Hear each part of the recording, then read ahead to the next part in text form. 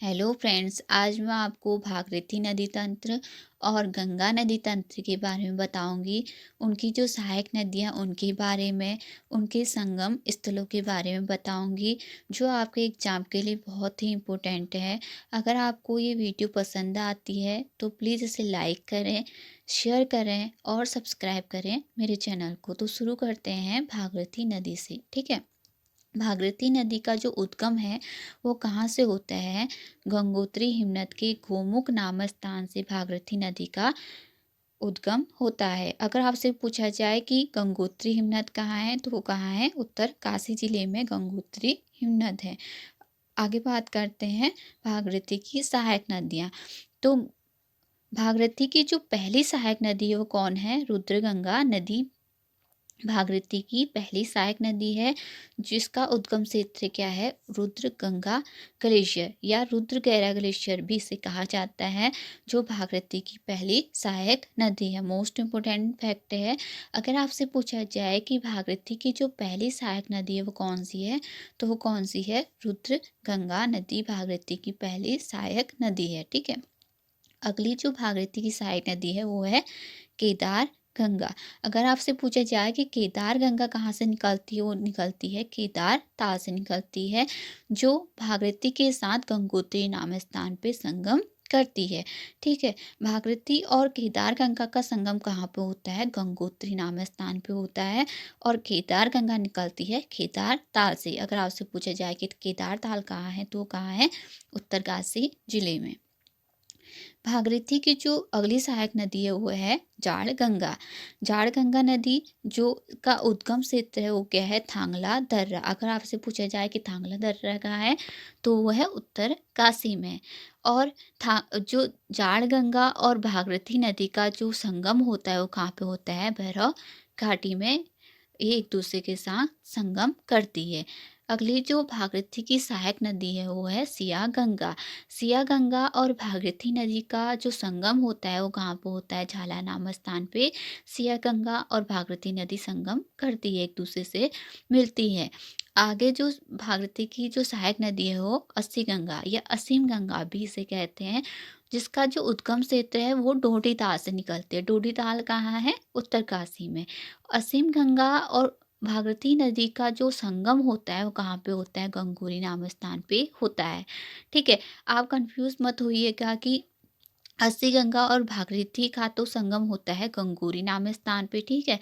और केदार गंगा और भागीरथी का संगम होता है गंगोत्री नामक स्थान पे, ठीक है। आगे बात करते हैं, जो भागीरथी की अगली सहायक नदी है वो है भिलंगना नदी। सॉरी, नदी है भिलंगना नदी है, जो गणेश प्रयाग में मिलती है। भागीरथी और भिलंगना नदी जो कहाँ है? टिहरी में है, ठीक है। अगर आपसे पूछा जाए कि भिलंगना की जो सहायक नदी है वो कौन कौन सी है, तो वो है मेड़गंगा, दूध गंगा, बाल गंगा और धर्म गंगा किसकी सहायक नदी है? भिलंगना नदी की सहायक नदियाँ। पूछा जाता है कि भिलंगना की सहायक नदी कौन कौन सी है, तो आप बता सकते हैं कि मेड़ गंगा, दूध गंगा, बाल गंगा और धर्म गंगा भिलंगना की सहायक नदियां हैं। भिलंगना और भागीरथी नदी का संगम कहाँ पे होता है? गणेश प्रयाग के टिहरी में भिलंगना और भागीरथी नदी का संगम होता है। मोस्ट इम्पोर्टेंट फैक्ट है। आगे बात करते हैं, भागीरथी और अलकनंदा का जो संगम होता है वो कहाँ पे होता है? देवप्रयाग में, ठीक है।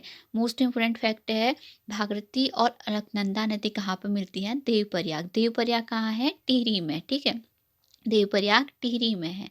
और भागीरथी और अलकनंदा नदी मिलकर कौन सी नदी बनाती है? वो कौन सी नदी बनाती है? गंगा नदी बनाती है, भागीरथी और अलकनंदा नदी मिलकर, ठीक है। ये आगे क्या जानी जाएगी? इन नदियों को क्या जाना जाएगा? आगे से गंगा नदी के नाम से जाना जाएगा, ठीक है। आगे अब गंगा नदी तंत्र के बारे में हम यहाँ से जानेंगे। गंगा नदी जो है, इसकी जो सहायक नदी है वो कौन सी है? नयार नदी। नयार नदी जो बाएं ओर से मिलती है गंगा में। पूछा जाता है कि किस ओर से, दाएं से मिलती है या बाएं से मिलती है, ऐसा पूछा जाता है। तो गंगा में जो नयार नदी है वो बाएं ओर से मिलती है। और कहाँ पे मिलती है? फुलचट्टी नामक स्थान पे मिलती है। और फुलचट्टी नामक स्थान कहाँ है? पौड़ी में है, ठीक है। नयार नदी कहाँ से निकलती है?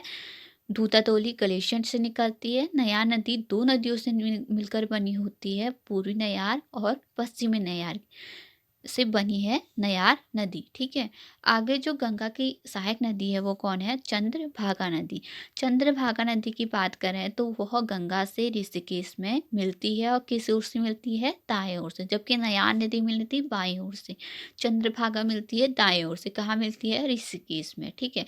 पूछा जाता है कि गंगा नदी की जो सहायक नदी ऋषिकेश में कौन सी सहायक नदी गंगा से संगम करती है? तो कौन सी नदी करती है? चंद्रभागा नदी गंगा से संगम करती है ऋषिकेश में। गंगा की जो अगली सहायक नदी है वो कौन सी है? सोम नदी।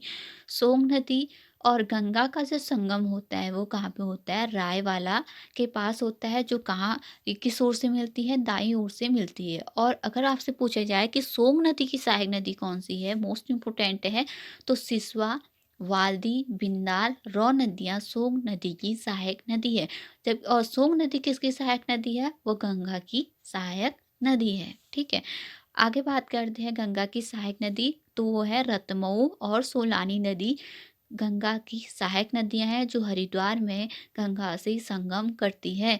पूछा जाएगा कि हरिद्वार में गंगा से कौन सी नदियां संगम करती है? तो कौन सी करती है? रतमऊ और सोलानी नदी गंगा से संगम करती है हरिद्वार में, ठीक है।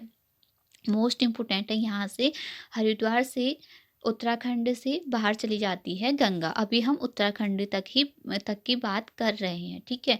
आगे बात करते हैं गंगा नदी। गंगा नदी की जो राज्य में लंबाई कितनी है? वो है 96 किलोमीटर, क्योंकि देवप्रयाग से हरिद्वार तक की इसकी लंबाई कितनी है? 96 किलोमीटर।